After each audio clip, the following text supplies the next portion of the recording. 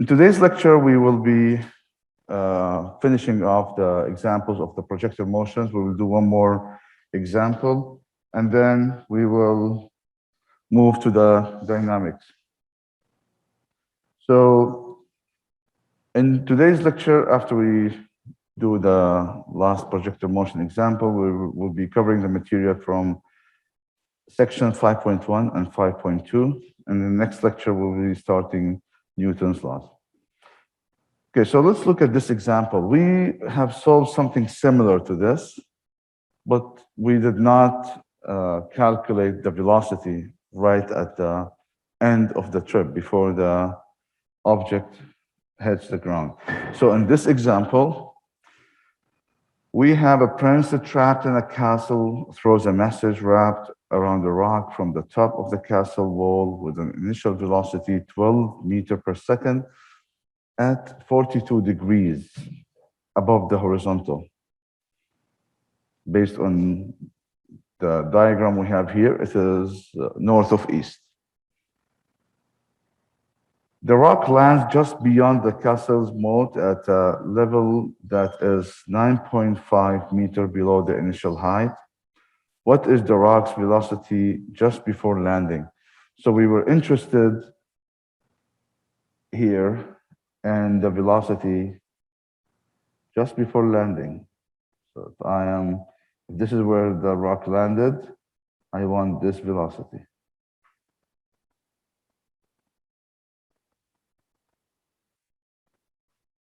Just before it hits the ground. So we have solved similar problem, but not the total velocity. So let's see how we can draw the diagram, formulate the problem, and find the velocity.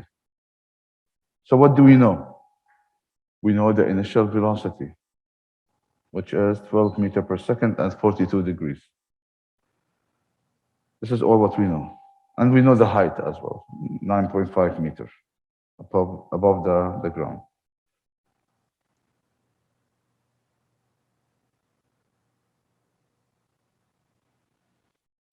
Okay.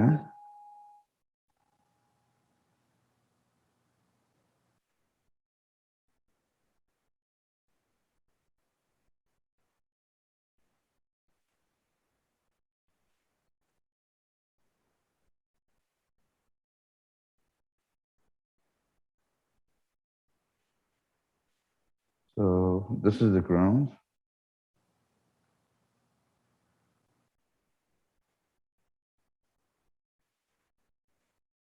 This is the rock.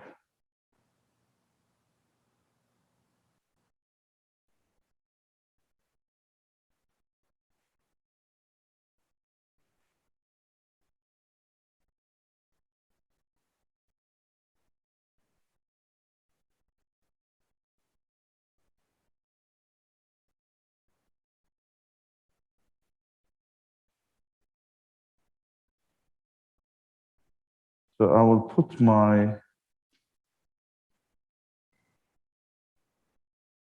is V0 here. I will put my coordinates right at the rock. So in this case,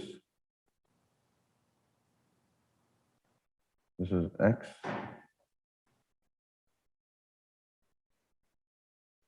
This is Y. So based on our understanding for this motion, which is projectile motion, because it only has an initial velocity, the motion is going to look like this. We go up, and then down. So this is the rock. I want to calculate this velocity.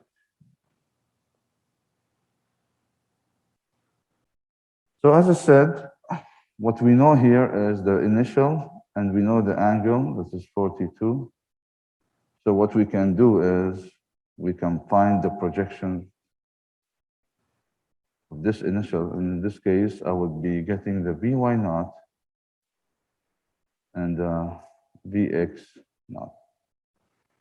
So Vx0 is V0 times cosine or sine 42.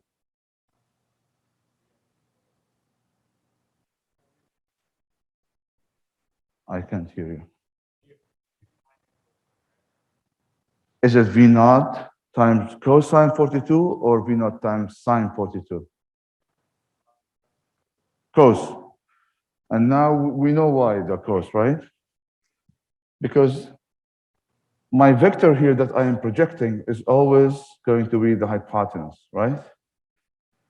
So in this case, my Vx naught is the adjacent.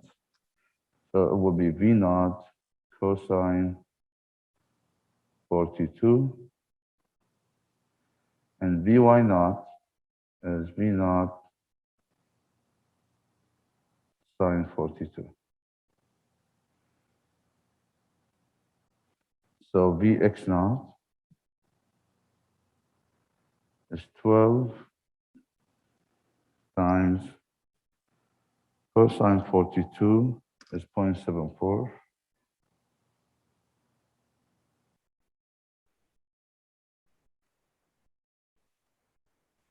So it's 8.92 meter per second.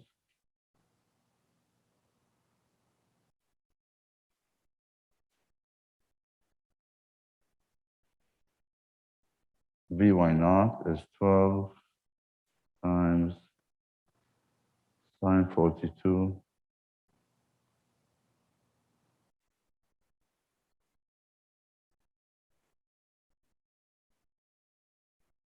is 8.03 meter per second. So when I have a vector that is its magnitude and direction given to me, I have to project it and get its projection, get its two components of on my coordinate system.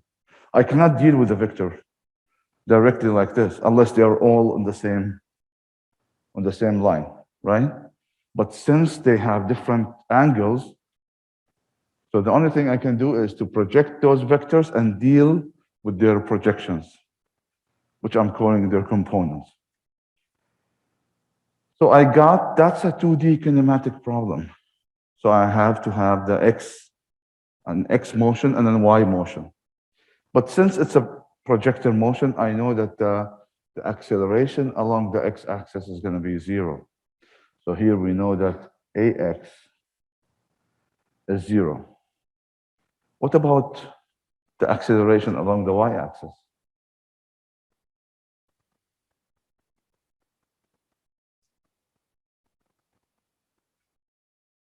So the acceleration is always pointing downward due to the gravity. And this is the only acceleration I have. So in this case, based on my positive directions, AY is minus 9.8 meter per second squared, right? Now, what about my initial and my final displacement? Since I put the coordinates right at the rock, the origin of the coordinate is right at the rock, I have assumed that X naught equals 0 and Y naught equals 0, right? But in this case, since my final displacement is at the ground, guess what the final displacement along the y-axis is? Can somebody tell me what is the value of y based on the coordinates that I have defined in this problem?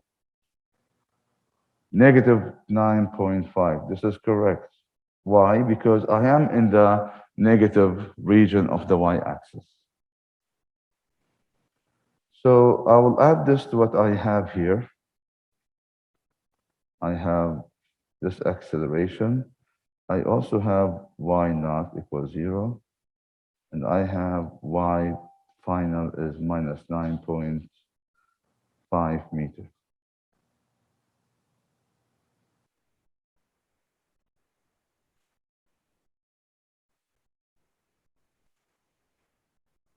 So What about the velocity here? I need the total velocity at the final destination. But do I know anything about this final velocity?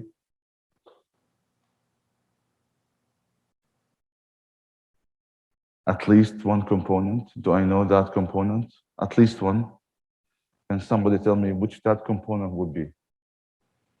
This final velocity is a vector, right? It is made of two components, one of them on the x, one of them on the y.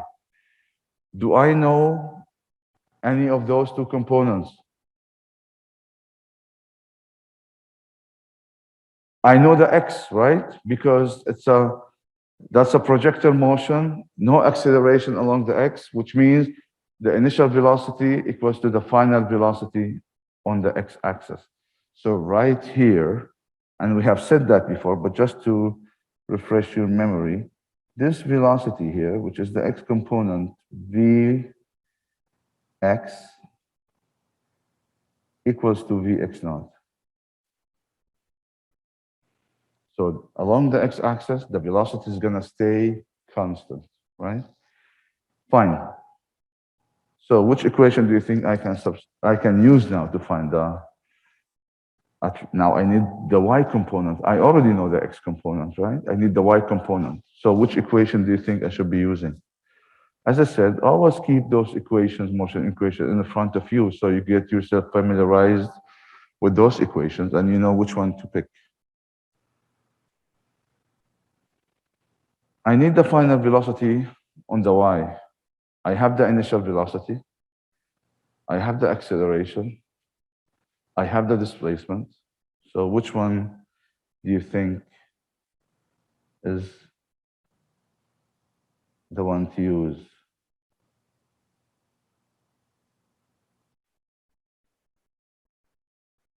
Right? So if I use this equation, now I can substitute v squared equals to, what is Vy? 8.03 squared plus 2 minus 9.8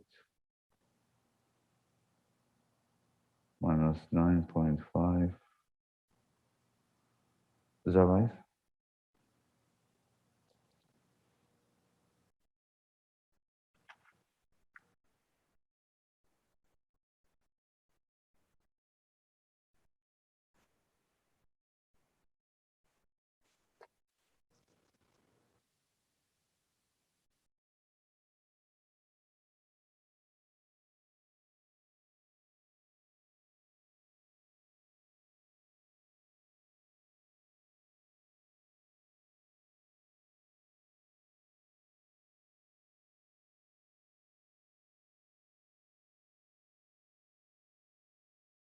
This thing should have been pushing the microphone away, but anyway. Okay, so back to our problem here. I can now calculate the v squared, right? So, which is the final. So this is Vy. So what is Vy squared?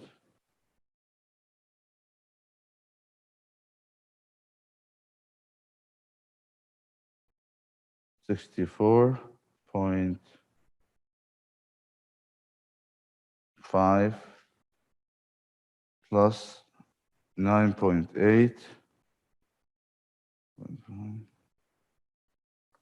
plus 186.2, and then Vy squared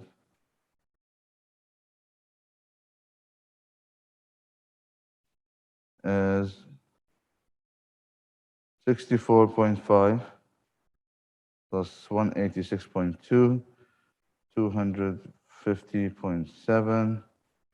Then Vy either a negative or a positive, right? Number. So what do you think? Is Vy a negative or a positive number?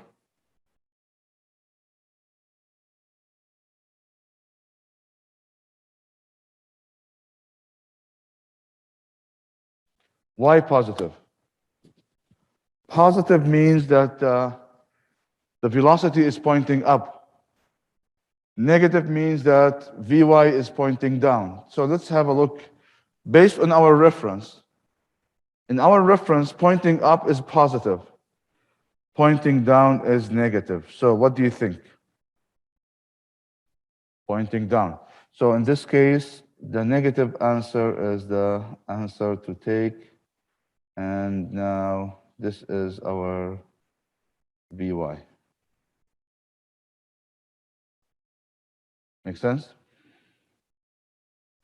So we have Vy, we have Vx. We're not done yet. We need to find that vector. We have the two components of that vector. So if I am to redraw here, this was my x, and that's the rock. Then this is Vx, and this is Vy, and that's my vector. This is V. So if I take this angle as my theta here, theta is tan inverse of what? Vy, right? On Vx, which is Vy on Vx, which is minus 15.83 divided by, how much was Vx?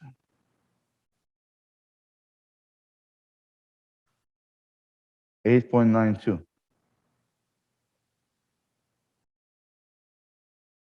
Then the angle is almost minus 61 degrees below the horizontal, right? Below the horizontal.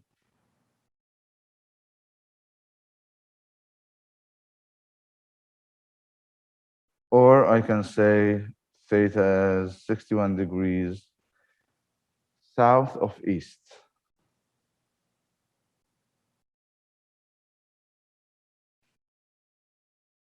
What else? Magnitude, Vy. What's the magnitude? Vy squared plus Vx squared. And in this case, Vy is minus 15.83 squared plus 8.92 squared. And in this case, Vy is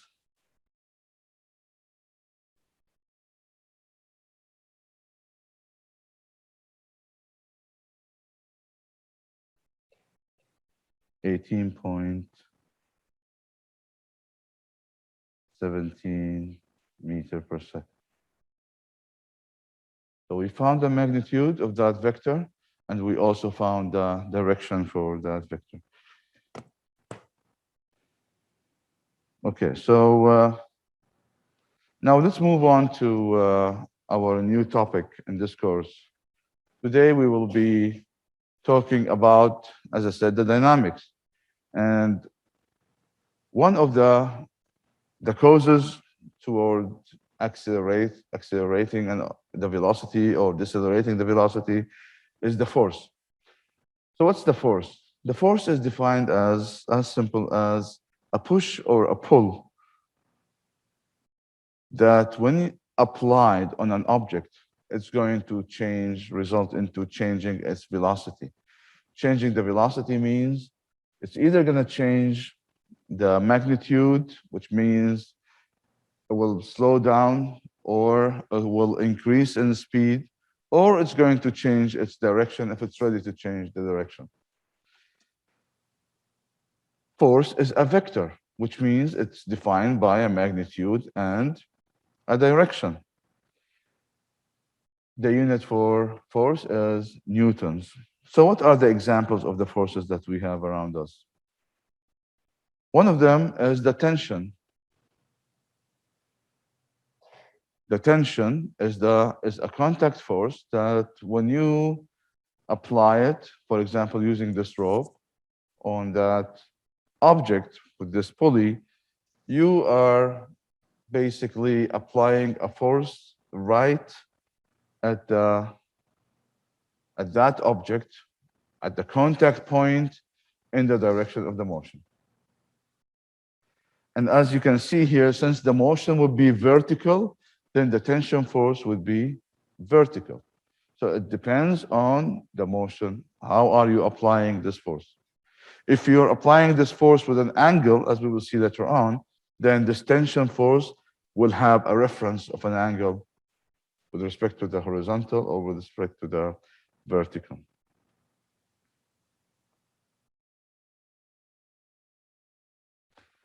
The second force is the normal force.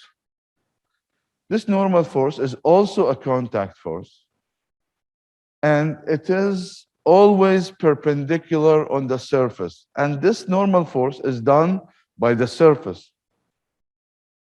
This normal force is done by the surface on your object. In other words, this calculator, if my hand is not here, it would have fallen on the ground, right? But because of my hand, it's sitting stationary here. Why? Because my hand, which is, if you look at that surface here, is acting with a normal force on that object, preventing it from moving. So the normal force is a perpendicular force on the surface that this object is sitting on. It's very important. If that surface is tilted, then also the force would be tilted as well, right? So that's the second one. What's the third one? It's another common force that we're all are experiencing, and we have dealt with its acceleration. Yes. Gravitational force. Exactly. This gravitational force is also in the same direction of the acceleration of the gravity. Same direction. And it is related to the gravitational acceleration by this function. F equals to m, which is the mass, times g, which is the acceleration, the gravitational acceleration. And as you can see, based on the definition of the vector and the scalar, the force gravitational vector here is the product of the scalar, which is the mass, and the gravitational acceleration, which means that the force, the gravitational force, is always taking the direction of the gravitational acceleration. Keep this in mind. So, as we have seen, at any point here, this gravitational force will be pointing toward the center of the Earth. And it's also called the weight.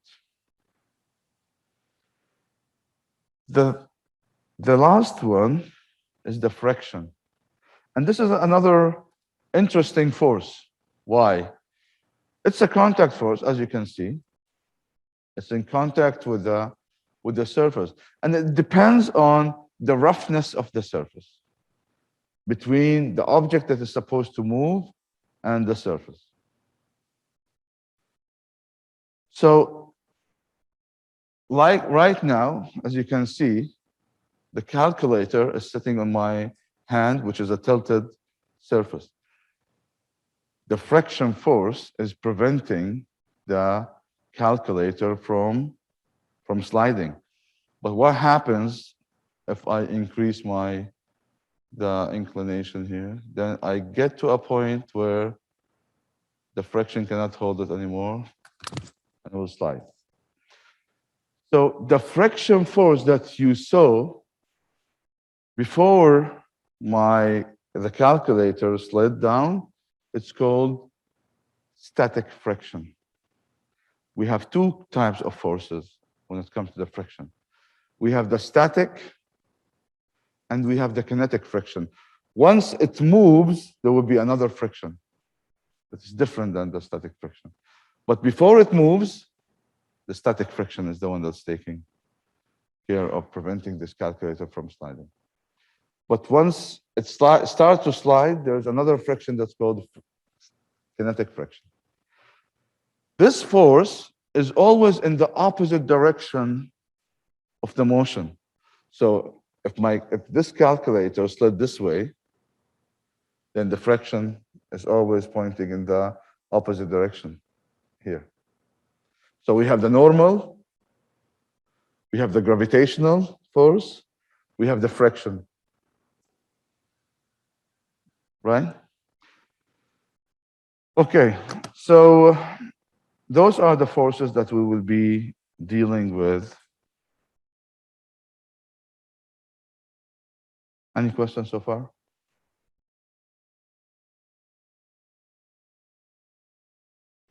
Now let's move to the free body diagrams that basically represents all those forces that we have talked about. So we introduced forces. Those forces are applied on objects. Now let's represent those forces on that object in a diagram that we call it free body diagram. Let's look at this example. You're pulling a box of books across the floor with a rope, pulling at 30 degrees to the horizontal. Draw the free body diagram of the box of books. Box of books, okay.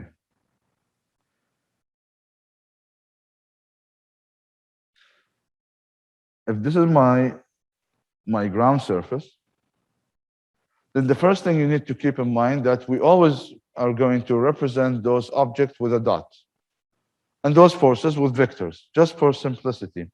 So my box of books is represented as this dot. And I will assume this is my coordinates. And the motion is happening in this direction. Nobody told me in which direction. Then the first thing I need to put, if you recall, the box of books was pulled with a rope with an angle of 30 degrees to the horizontal. So that's the tension force, right? So I would come right at this dot and I will draw a vector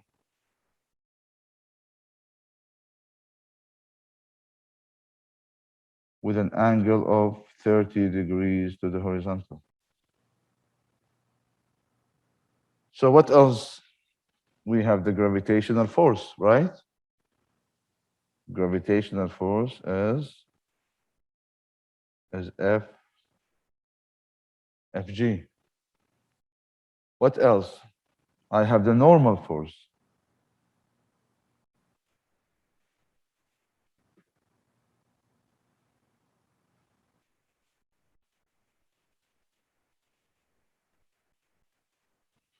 What else? I have the friction force.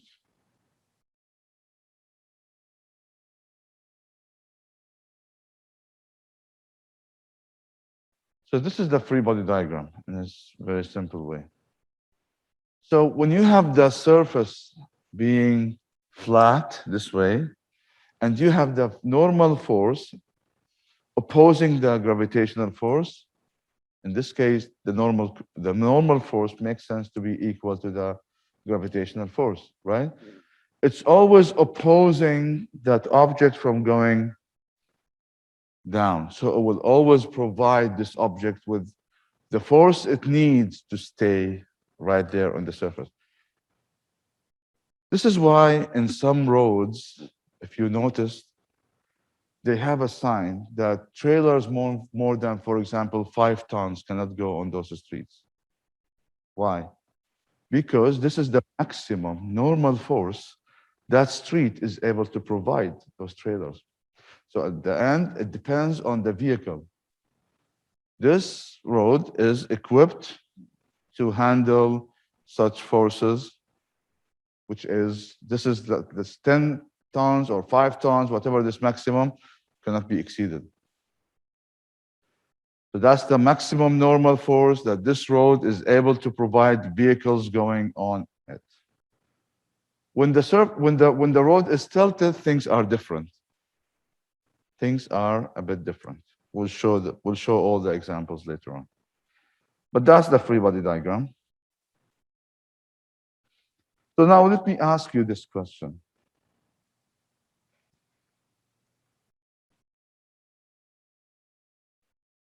If you are standing in the elevator, want to go up, what forces are acting on you while in the elevator? On you. Which do you think the correct answer is? A, B, C, D, or E? Think about it. Forces acting on you. What are the forces that are acting on you?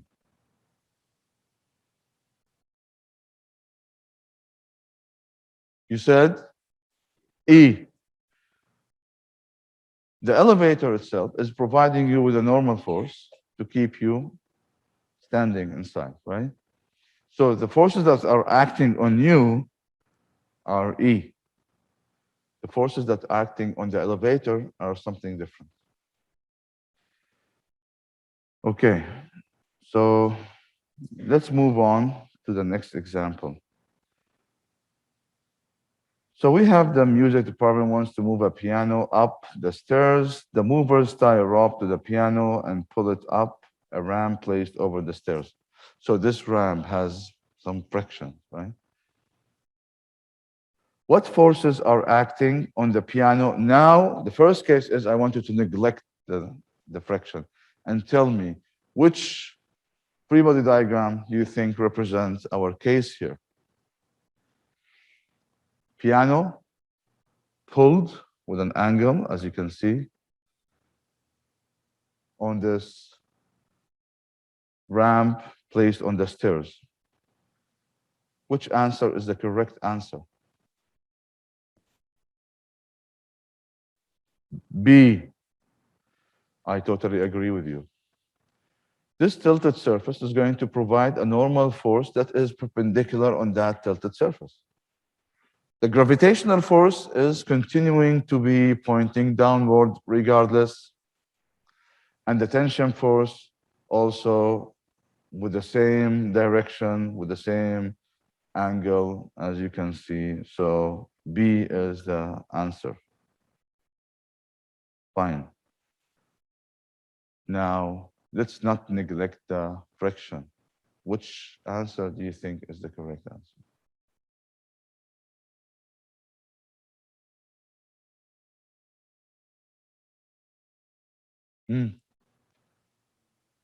B, you're right.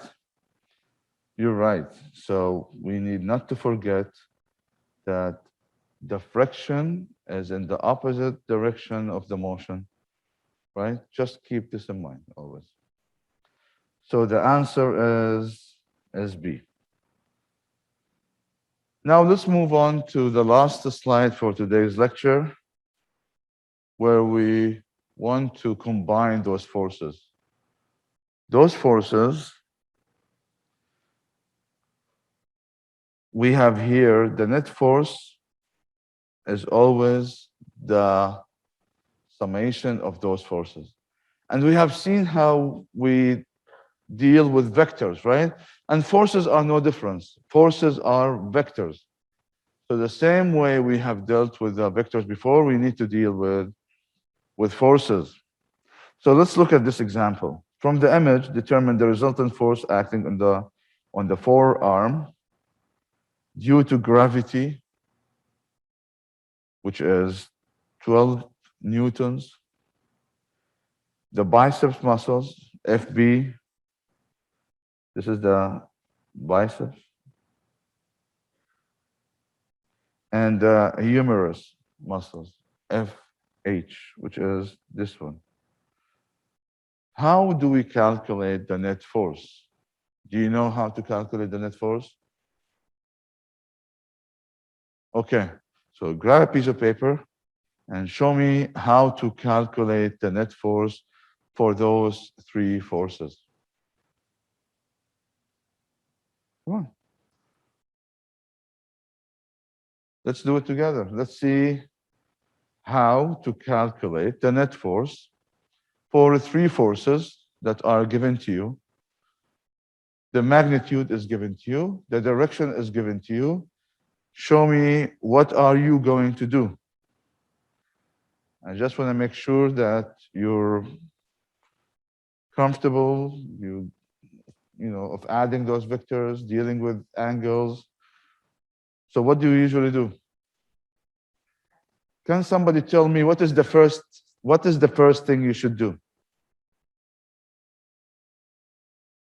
What is the first thing you should do? If it's not given to you, you should assume it.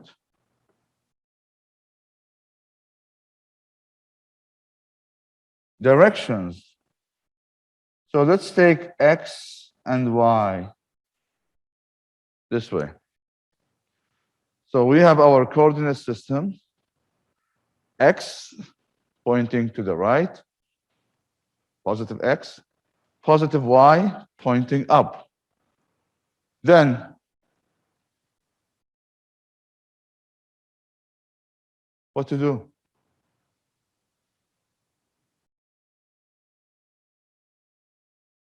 What is the next step to do?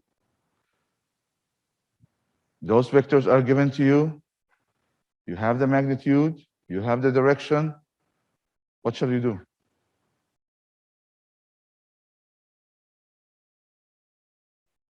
Find the projections, right? Didn't we say that when it comes to vectors, we're not going to add them graphically? We need to find the projections of those vectors and deal with their projections, right? We've seen that in the vectors when we talked about the vectors. So in this case,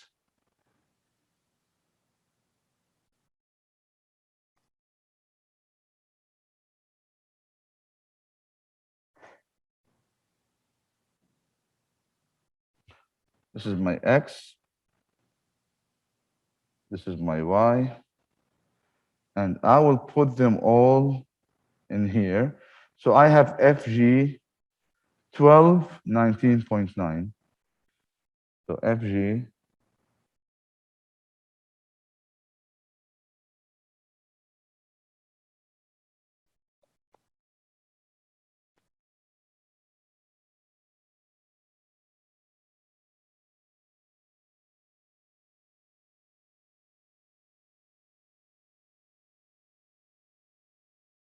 this is FG.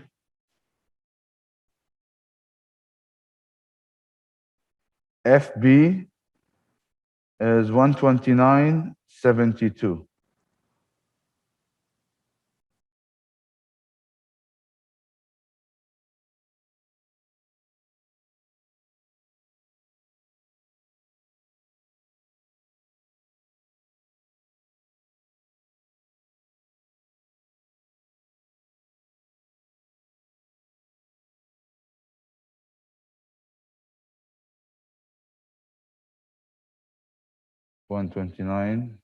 Newtons.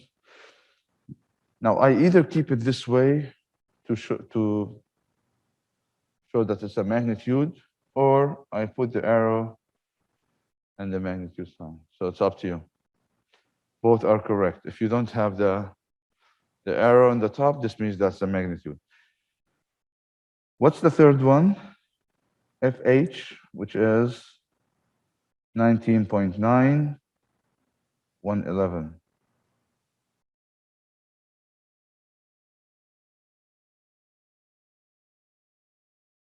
19.9.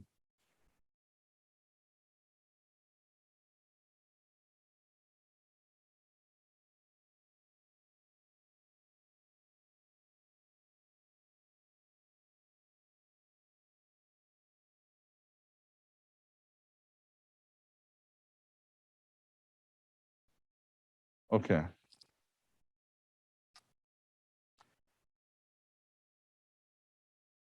FG 12. So what shall I do now? I will find FBX. What's FBX? Can somebody tell me what's FBX?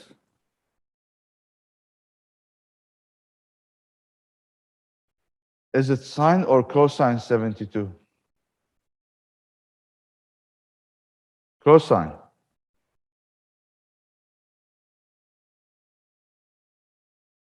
FBX is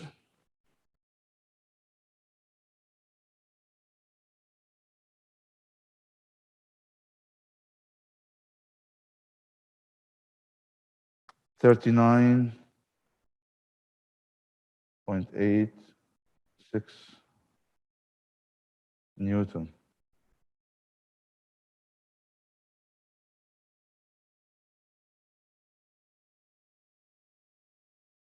FBY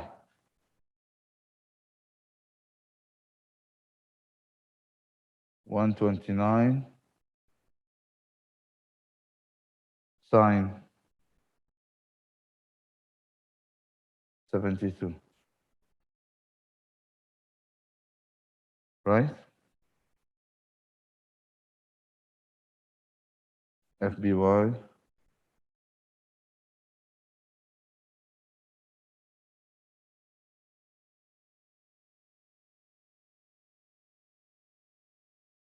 122.68.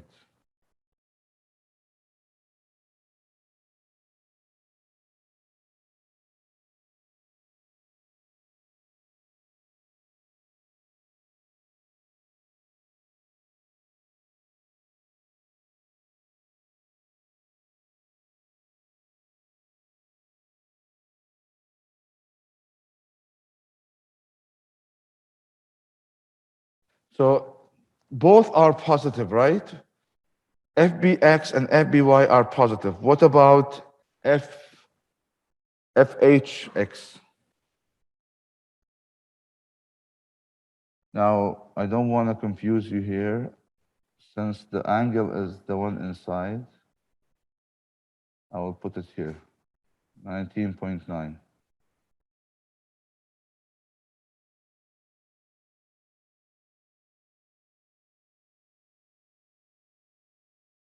What is FHX?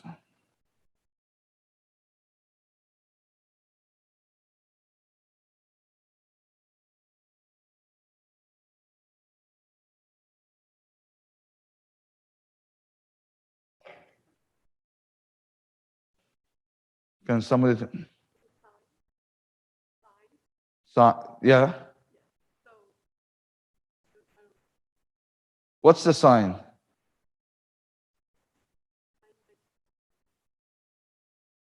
Is it negative or positive? Negative. And the magnitude would be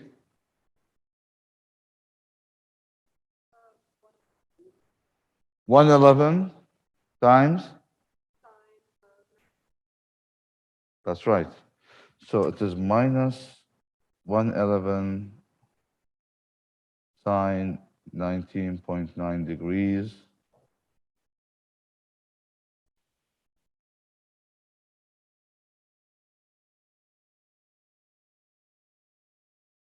So it's minus 37.78.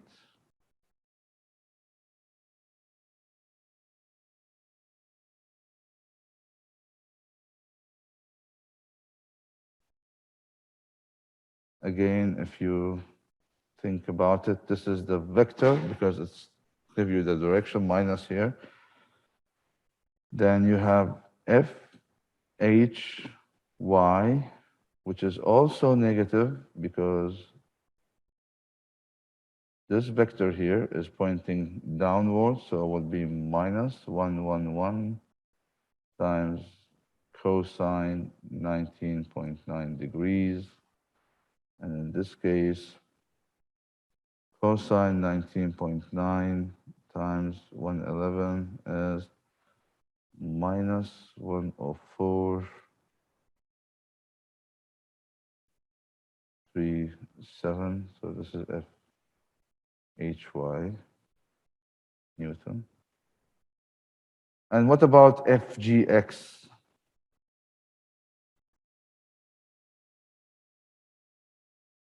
FGX is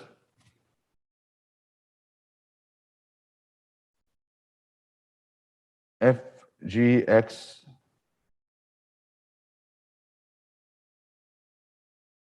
X 0, right? It is perpendicular on the x-axis. So if you project it, it's going to give you a dot, which is 0.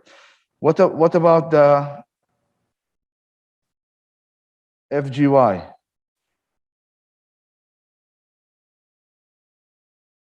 FGY is negative 12, right? Because it's the only component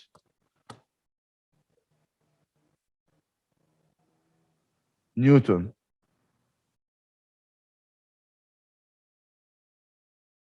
So now what do I need to do? I need to find the F net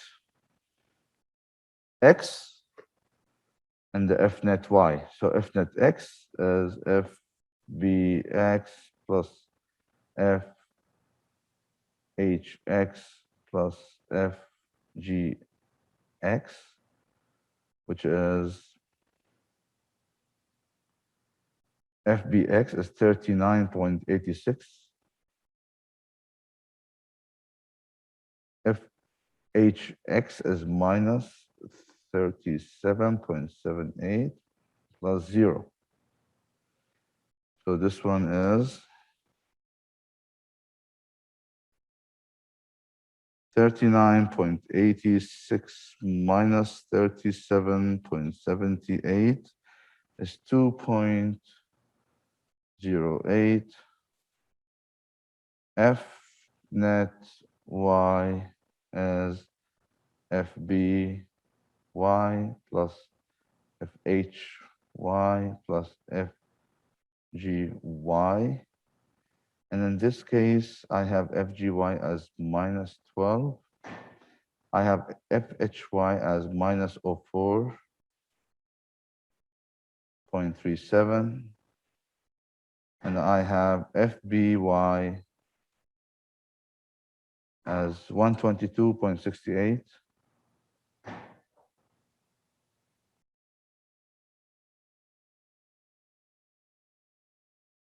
Then F net Y is 122.68 minus 104.37 minus 12 is 6.31.